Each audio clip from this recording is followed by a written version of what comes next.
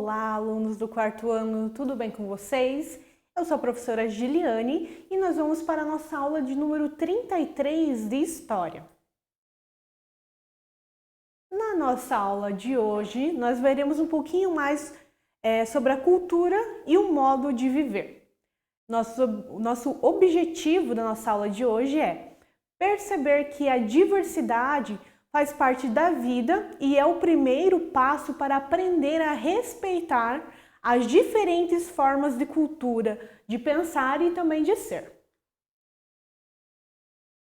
Então, para início de conversa, pessoal, nas nossas aulas anteriores, nós temos descoberto que o Brasil, durante o período de colonização, ele recebeu diversas etnias que deram origem ao povo brasileiro.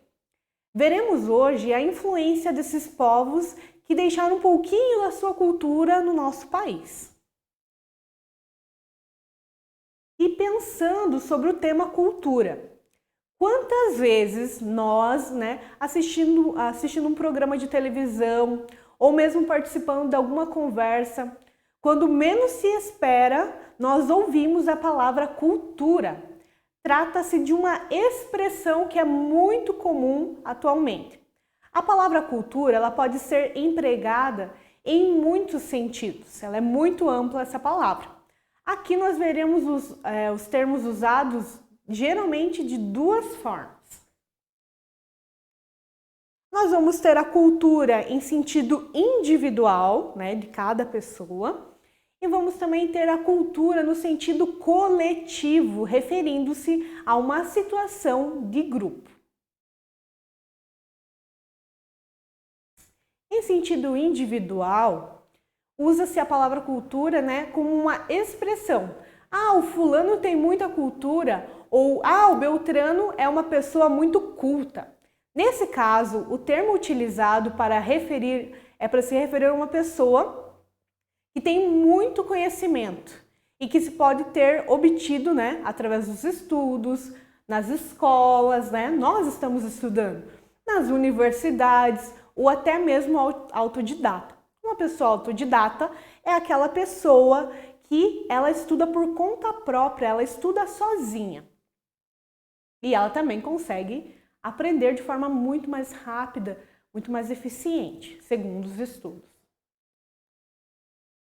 Então, aqui nós temos uma pessoa que ela está se dedicando, se debruçando em cima dos livros.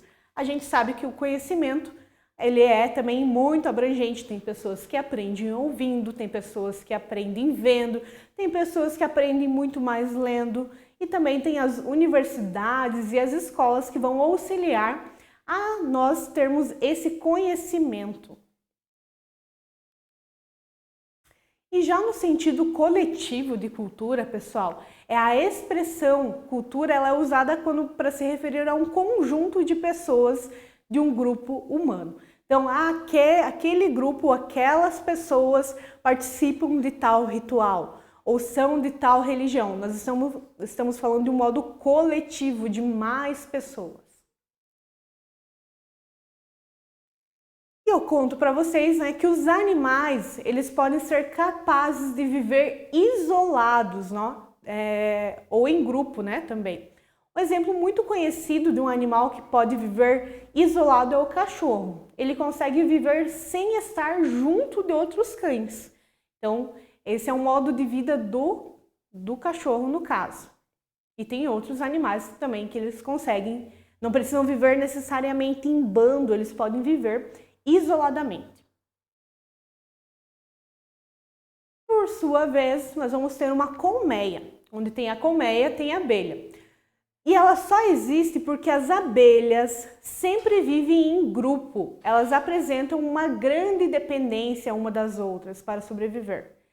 Contudo, não se pode falar em cultura entre os animais. Eu não posso dizer que o cachorro tem uma cultura, que a abelha tem uma cultura, que o gato tem uma cultura. Então, quando a gente se refere ao termo cultura, nós estamos falando de pessoas, de seres humanos e não de animais. E a cultura e o modo de viver pode se referir sempre a um grupo de pessoas. A cultura que costuma ser um modo de viver de um agrupamento humano, das pessoas que se reúnem em conjunto. Por isso, as manifestações de cultura, elas podem ser percebidas, podem ser vistas, de modo que a vida é entendida em um conjunto de pessoas. Então, na nossa imagem, a gente tem algumas etnias que são diferentes, algumas culturas que se manifestam desse tipo. Então, nós temos ali a cultura mais oriental, que é também uma cultura, às vezes, um pouquinho mais reservada, mas tem traços bem característicos dessa cultura, a questão do respeito, da harmonia. Então, eles zelam por esses valores. A questão da cultura, nós também podemos ver através do modo arquitetônico também, né? Através das casas, do que se tem nessas casas também é uma forma de viver dessas pessoas. E os diferentes modos de se viver, eles se manifestam de variadas formas. No cinema, que a gente pode encontrar muito sobre a cultura, na literatura, nos livros, na pintura e até mesmo nos hábitos e nas formas de construir residências. Há também na alimentação, no modo de lazer, como é que a pessoa se diverte? Será que a nossa cultura ela é tão parecida quanto os chineses, o modo de se divertir? Então, isso diferencia muito de cultura para cultura. Nós podemos perceber também nas brincadeiras infantis, que variam de um agrupamento humano para o outro. Então, nós temos aqui uma cultura, a cultura brasileira influenciada por várias etnias que aqui chegaram, e também há diferentes povos, que também vão ter diferentes brincadeiras, diferentes modos de viver, diferentes modos de moradia também. Então, tudo isso compreende a cultura daquela população, a cultura daquelas pessoas. Então, aqui nós temos um exemplo prático para vocês terem uma ideia sobre a questão da culinária. O famoso prato brasileiro, aqui nós comemos o arroz e feijão. A tradicional é que todo o povo geralmente gosta de arroz. Só que a forma da gente saborear o arroz é diferente. Por exemplo, nos países orientais e ocidentais usa-se muito, né, a questão de um talher, que não é o talher nosso, eles usam os pauzinhos, né, para se alimentar. Além de nós termos aquele famoso churrasco no final de semana, eles têm comidas exóticas. E tá errado? Na cultura, a gente não tem como definir o que é certo e o que é errado. Então, dentro da cultura, a gente aprecia.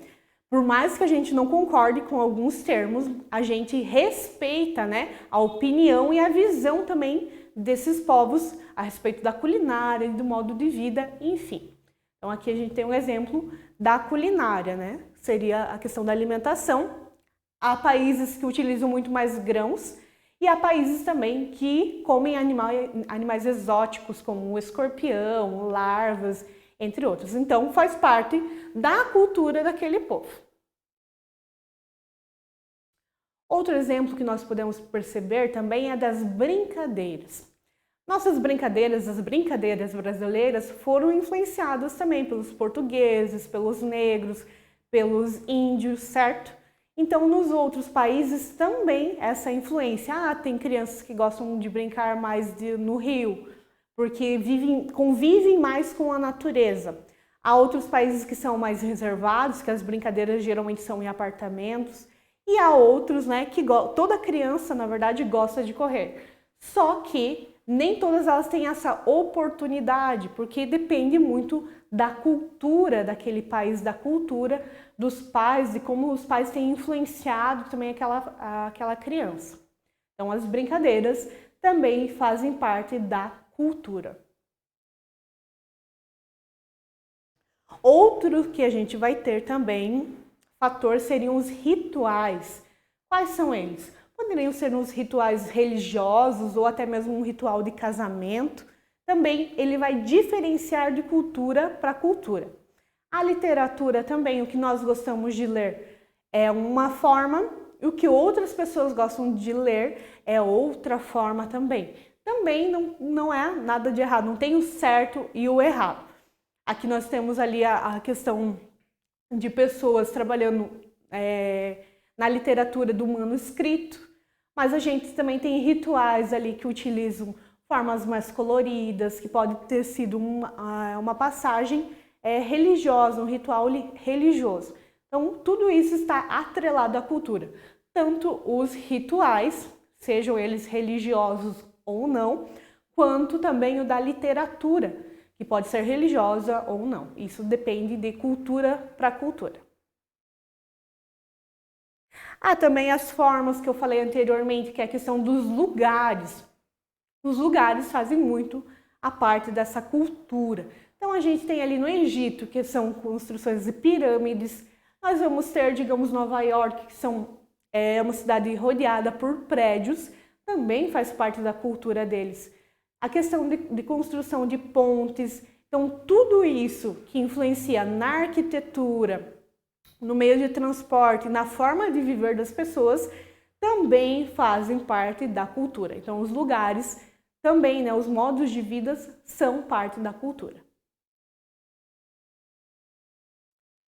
E no nosso redor há muitos agrupamentos humanos.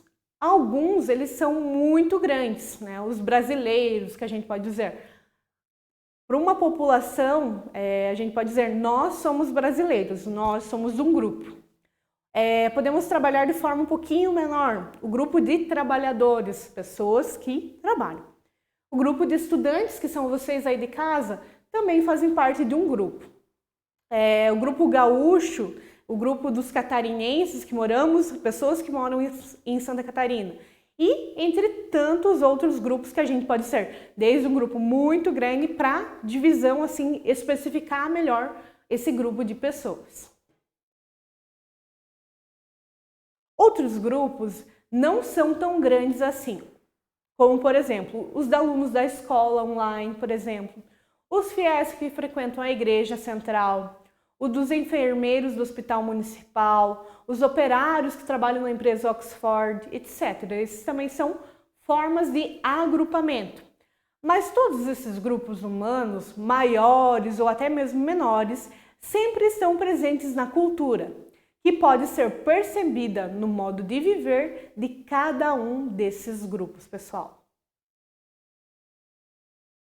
Eu espero que vocês tenham gostado da aula a respeito de cultura e também dos grupos e nos vemos na nossa atividade. Até a próxima aula, pessoal!